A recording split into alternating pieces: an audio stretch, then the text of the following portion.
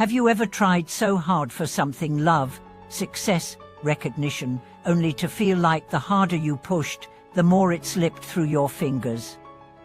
Why is it that when we chase something obsessively, it often evades us? And when we stop trying so hard, the very thing we once yearned for shows up effortlessly? Welcome back to the channel. I'm honored to have you here today. In this episode, we are diving deep into a paradox that has haunted human experience for centuries, the mystery of effort and surrender. Why does forcing often lead to frustration, while letting go seems to invite peace, clarity, and even miracles? Let's begin with a common experience. Imagine someone searching desperately for love. They go on dozens of dates, constantly scrolling, strategizing, adjusting their personality to seem more likable, and measuring their worth based on responses. The energy becomes anxious, heavy, and desperate. Now contrast that with someone who has stopped chasing. They focus on living fully, cultivating self-respect, doing meaningful work, connecting genuinely. Without even trying, love finds them. This isn't magic, it's energy. The energy of grasping repels, the energy of ease attracts. Why? Because when we try to force something, we are signaling to the universe that we don't believe it will come naturally. That belief, rooted in fear or scarcity, sabotages the very thing we desire. Let's go deeper. There's an old saying, let go, or be dragged. That's not about passivity. It's about alignment. When we obsessively try to control every outcome, we resist the flow of life. And life, like a river, has its own current. The more we fight it, the more we suffer. But when we trust the flow, we often arrive at shores we never imagined. Let's look at a story.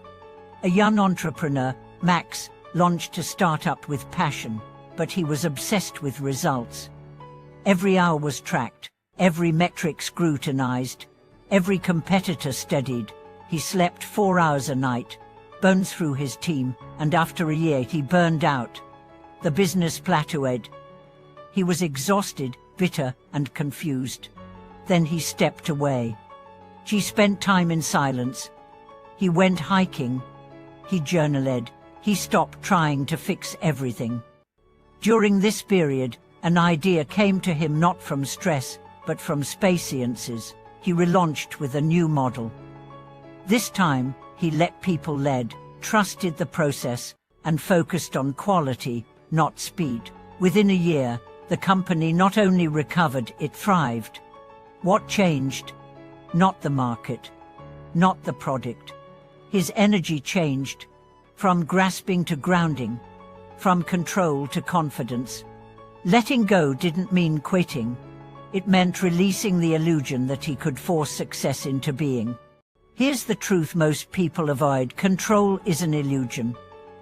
Yes, you can plan, you can act, you can show up, but you cannot control timing, outcomes, or other people's decisions. Trying to do so only creates tension, and tension is the opposite of trust. Imagine holding sand in your palm. The tighter you squeeze, the more it slips through. But if you relax your hand, it stays.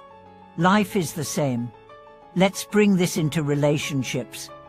Have you ever been in a friendship or romantic connection where the more you tried to make the other person stay, the more distant they became? You text more, you overgive, you walk on eggshells. You think, if I just try harder, they'll value me. But it backfires. Because love, at its core, is about freedom. When you try to hold someone too tightly, they feel suffocated. But when you hold space for someone without forcing, fixing, or fearing, you invite real connection. True intimacy grows not from pressure, but from presence. In parenting, the same truth applies. Children thrive not under constant correction, but under trust and gentle guidance. In creativity, your best ideas don't arrive through mental strain. They come in showers, walks, or quiet moments when the mind is open. In every realm of life, The highest outcomes are born not from force, but from flow. So what does it really mean to let go? It doesn't mean apathy. It doesn't mean giving up. It means releasing attachment to how things must happen. It means showing up fully, then surrendering the rest. It means planting seeds with care, then trusting the soil, the rain, and time. It means doing your part, then allowing life to do hers. Letting go is a form of deep maturity. It requires trust in yourself, in the process, in something greater. It's easy to grasp. It takes courage to release. But only in that release can we receive. Now let's explore what happens when we let go. Your body relaxes, chronic tension fades, your nervous system shifts from fight or flight to calm and clear. Your mind becomes quieter. Ideas begin to surface, not from panic, but from peace. Your relationships improve. People sense your non-neediness. They feel safe, not pressured. Opportunities arise, not because you chased them, but because you became magnetic. Letting go shifts your vibration from fear to faith, and everything responds. But letting go isn't one moment. It's a practice. It's breathing through discomfort without reacting. It's staying still when the ego screams for control. It's trusting that no matter how uncertain life feels now, something greater is unfolding. There's a woman I once coached, Emma, who was devastated after a painful breakup.